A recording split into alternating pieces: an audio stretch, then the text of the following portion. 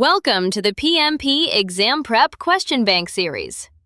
In this video, I've got 15 exam-style practice questions lined up for you, covering the kind of people, process, and business environment scenarios you'll see on the real PMP exam. Each question comes with the correct answer and a full explanation, including why the wrong options are wrong. Here's how to get the most out of this. When a question appears, pause the video, pick your answer, then hit play to check yourself. Ready? Let's dive in. Question 61. Partway through a 2-week sprint, the team's burn-down chart shows remaining work well above the ideal trend line. What should the Scrum team do? The correct answer is D. Discuss the trend at the next daily stand-up, identify blockers or scope issues, and adjust as needed. Noticing the trend and proactively discussing likely causes, such as blockers or underestimated work, allows the team to adapt within the sprint, which is the intended use of the burn-down chart. Now, why the other options are wrong? Ignore the chart, since burn-down charts are only useful at the end of the sprint, is incorrect. Burn-down charts are meant to be monitored throughout the sprint, precisely so the team can respond to trends like this one before the sprint ends. Immediately add all incomplete items to the next sprint without discussion is incorrect.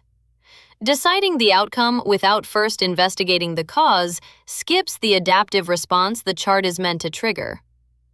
Extend the current sprint's end date to match the trend line is incorrect. Scrum sprints have a fixed length. Extending the sprint to match a lagging trend undermines the time box rather than addressing the underlying cause. Question 62. A Scrum team holds 2 different end-of-sprint meetings. One to demonstrate completed work to stakeholders, and another for the team to reflect on its own process. What are these 2 meetings called, respectively? The correct answer is D. Sprint Review and Sprint Retrospective. The sprint review is where completed work is demonstrated to stakeholders for feedback, and the sprint retrospective is where the team reflects internally on its process, matching the 2 purposes described. Now, why the other options are wrong? Sprint retrospective and sprint review is incorrect. This reverses the 2 meetings. The retrospective is the internal process reflection, not the stakeholder demonstration. Sprint planning and daily stand-up is incorrect.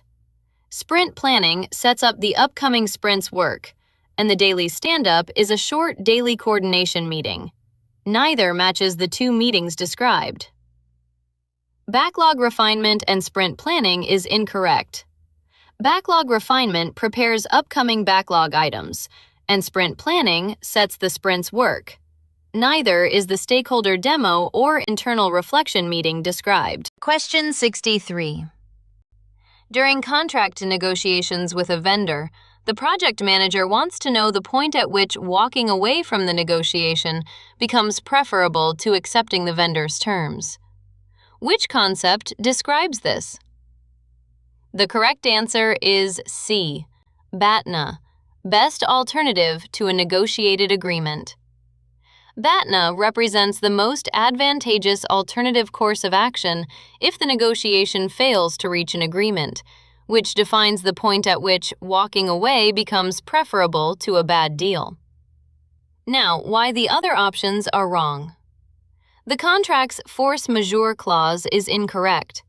A force majeure clause addresses excusable non-performance due to extraordinary events.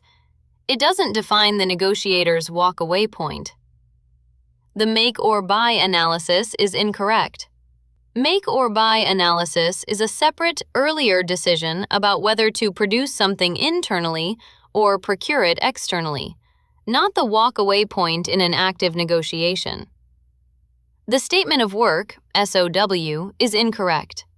The statement of work defines the scope of what's being procured. It doesn't represent the negotiator's fallback position. Question 64.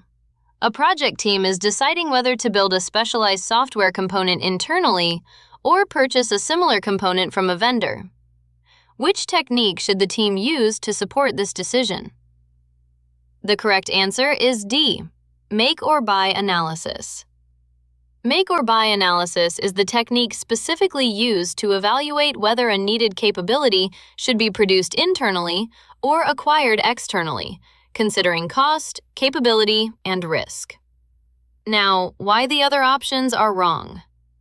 Earned value analysis is incorrect. Earned value analysis measures project performance against a cost and schedule baseline.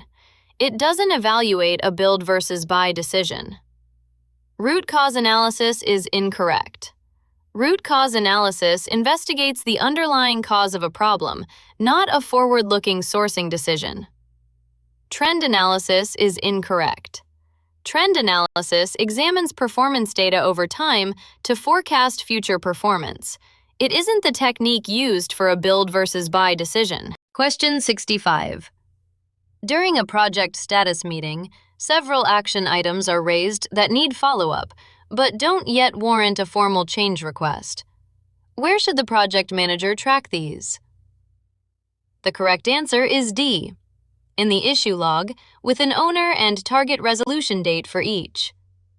The issue log is the appropriate tool for tracking open items, action items, and questions that need resolution and follow-up, each with an assigned owner and target date. Now, why the other options are wrong? In the risk register only is incorrect. The risk register tracks uncertain future events, not current action items or issues that have already been raised and need follow-up. Nowhere formal, since they were only discussed verbally, is incorrect. Leaving action items untracked risks them being forgotten or unresolved. They should be formally logged. Directly in the project charter is incorrect. The project charter is a foundational, largely static document authorizing the project. It isn't used to track ongoing action items. Question 66.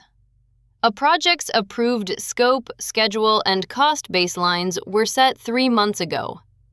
Several small, unapproved adjustments have since been made directly to the working schedule file without going through change control.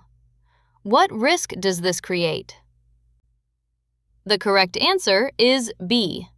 The team loses an accurate reference point for measuring performance, and scope creep or unauthorized changes may go untracked. When baselines are bypassed by informal edits, the project loses a reliable point of comparison for performance measurement, and unauthorized changes can accumulate unnoticed, a classic scope creep and governance risk. Now, why the other options are wrong? None, since baselines are only reference points and can be freely adjusted, is incorrect. Baselines are meant to be changed only through formal change control. Freely adjusting the working files without that process undermines their purpose as a performance reference. The project's contract type is automatically converted to time and materials is incorrect. Bypassing change control has no automatic effect on contract type. These are unrelated project management concepts. The risk register must be deleted and restarted is incorrect.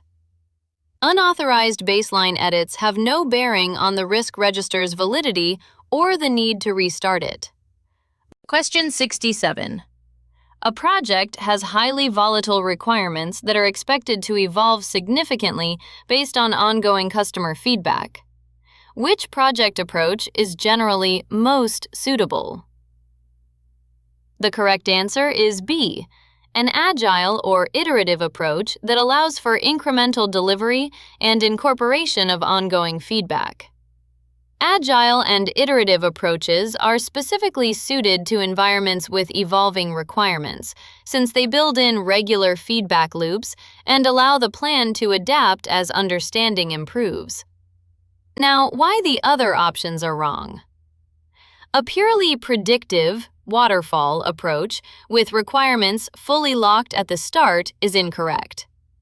A predictive approach assumes requirements are well understood and stable up front, which conflicts directly with the described volatility and expected evolution. A fixed price contract with no change control process is incorrect. A fixed price contract with no change process is poorly suited to volatile requirements and would create significant conflict as requirements evolve. Freezing all requirements changes for the entire project duration, regardless of feedback, is incorrect. Freezing requirements directly contradicts the reality of volatile, evolving requirements and would likely produce a product that doesn't meet actual needs. Question 68. A completed deliverable first goes through an internal technical inspection to check for defects, and afterward is formally reviewed and accepted by the customer. What are these two activities called, respectively? The correct answer is A. Quality control and scope validation. Quality control involves inspecting deliverables for correctness and defects, while scope validation is the formal process of obtaining customer or sponsor acceptance of the completed deliverable, matching the order described.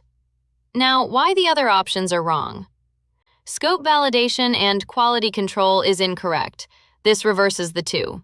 Quality control is the technical defect inspection, and scope validation is the customer's formal acceptance, not the other way around.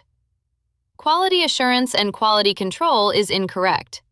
Quality assurance is a broader, proactive, process-focused activity performed throughout the project, not the specific customer acceptance step described here. Verification and validation performed by the same party is incorrect.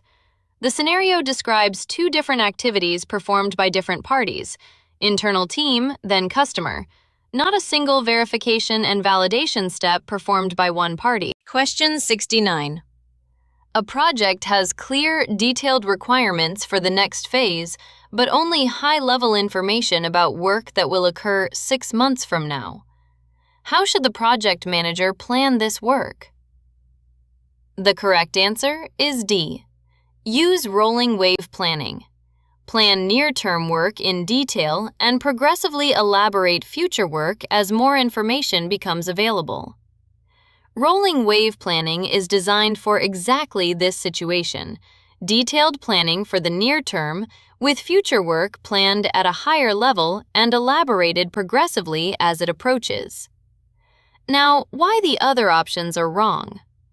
Attempt to plan every detail of the entire project up front, regardless of information availability, is incorrect. Detailed planning far in advance of when accurate information is available tends to produce estimates that require significant rework as more becomes known. Refuse to plan the distant work at all until it is imminent is incorrect. Some level of high-level planning for future work is still valuable for overall project coordination, even if detailed planning is deferred. Assign a fixed, unchangeable estimate to the distant work today is incorrect. Committing to a fixed estimate for work that isn't yet well understood contradicts the progressive elaboration approach that rolling wave planning is meant to support. Question 70. A product owner wants to forecast which sprint a set of remaining backlog items is likely to be completed in, based on the team's historical velocity. What technique supports this forecast? The correct answer is B. Release planning using the team's average velocity to project how many sprints the remaining backlog will require. Using historical average velocity to forecast how many future sprints are needed to complete the remaining backlog is the standard technique for agile release planning and forecasting. Now, why the other options are wrong? Critical path method is incorrect. Critical path method is a predictive scheduling technique based on activity durations and dependencies. It isn't the standard technique for agile velocity-based release forecasting. Earned value management is incorrect. Earned value management is typically applied in predictive or hybrid contexts using cost and schedule baselines, not primarily for agile sprint-based release forecasting. Monte Carlo simulation of the critical chain is incorrect. While simulation techniques exist in agile forecasting, The standard, straightforward technique described here is velocity-based release planning, not critical chain Monte Carlo simulation. Question 71. While monitoring a project, the team identifies a new risk that was not part of the original risk register. What should the project manager do? The correct answer is C. Add the new risk to the risk register, analyze it, and plan an appropriate response. Risk management is iterative. Newly identified risks should be added to the register, assessed, and given an appropriate response plan, just like risks identified earlier in the project. Now, why the other options are wrong? Ignore it, since only risks identified during initial planning are tracked, is incorrect. Risk identification is an ongoing activity throughout the project. New risks that emerge during execution must still be captured and managed. Wait until the next major phase gate to record the new risk is incorrect. Delaying the recording of a newly identified risk increases the chance it goes unmanaged if it materializes before the next phase gate. Escalate the new risk to the sponsor without first analyzing it is incorrect. The risk should first be analyzed by the project team, so any escalation, if needed, is informed by an assessment of its probability and impact. Question 72. A project needs to shorten its schedule by 2 weeks. The team identifies one option that adds cost by assigning additional resources to critical path activities, and another option that increases risk by overlapping activities that were originally planned sequentially. What are these two schedule compression techniques called, respectively? The correct answer is C, crashing and fast tracking. Crashing adds resources to critical path activities to shorten duration, typically increasing cost, while fast tracking overlaps activities that would normally be sequential, typically increasing risk, matching the two options described. Now, why the other options are wrong? Fast tracking and crashing is incorrect. This reverses the two techniques. Fast tracking is the risk-increasing overlap approach, and crashing is the cost-increasing resource approach, not the other way around. Resource leveling and resource smoothing is incorrect. Resource leveling and smoothing address resource over-allocation and typically extend or hold the schedule rather than compress it. They don't match either option described. Scope reduction and schedule reduction is incorrect. These are not standard named schedule compression techniques. The two recognized techniques for compressing a schedule are crashing and fast tracking. Question 73. A stakeholder engagement assessment shows one stakeholder group is currently far less engaged than the project needs them to be for an upcoming decision. How should this inform the communications management plan? The correct answer is B. The plan should increase the frequency, detail, or targeted outreach to that stakeholder group to close the engagement gap before the decision. When an engagement assessment reveals a gap between current and desired engagement, the communications plan should be adjusted, such as increasing frequency or tailoring outreach, to close that gap ahead of an important decision. Now, why the other options are wrong? The communications plan should be left unchanged, since stakeholder engagement level doesn't affect communication planning is incorrect. Stakeholder engagement level is a primary input to planning appropriate communication frequency, method, and content for each stakeholder or group. The stakeholder group should be removed from the stakeholder register since they are not currently engaged is incorrect. Low current engagement doesn't mean a stakeholder is irrelevant. Removing them from the register ignores their identified importance to the decision. The project manager should make the decision without that stakeholder group's input is incorrect. Bypassing an underengaged but relevant stakeholder group, rather than working to close the engagement gap, risks a poorly informed or poorly supported decision. Question 74. At the end of a project that included an external vendor contract, the project manager completes two distinct closure activities: formally closing out the vendor agreement and finalizing internal project documentation and lessons learned. What are these two activities called, respectively? The correct answer is C: contract closure and administrative closure. Contract closure is the formal completion and settlement of a procurement agreement with a vendor, while administrative closure covers finalizing internal project records, documentation, and lessons learned, matching the two activities described. Now, why the other options are wrong? Administrative closure and contract closure is incorrect. This reverses the two. Administrative closure is the internal documentation activity, not the vendor agreement closeout, and vice versa. Scope closure and schedule closure is incorrect. These are not standard, distinct project closure terms. The recognized pair for this scenario is contract closure and administrative closure. Phase closure and milestone closure is incorrect. Phase and milestone closure refer to completing stages or markers within the project timeline, not the specific vendor contract and internal documentation activities described. Question 75.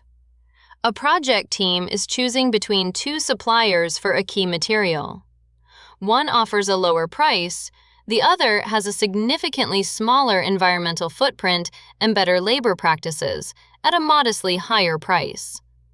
What should the project team do consistent with current PMP guidance on sustainability?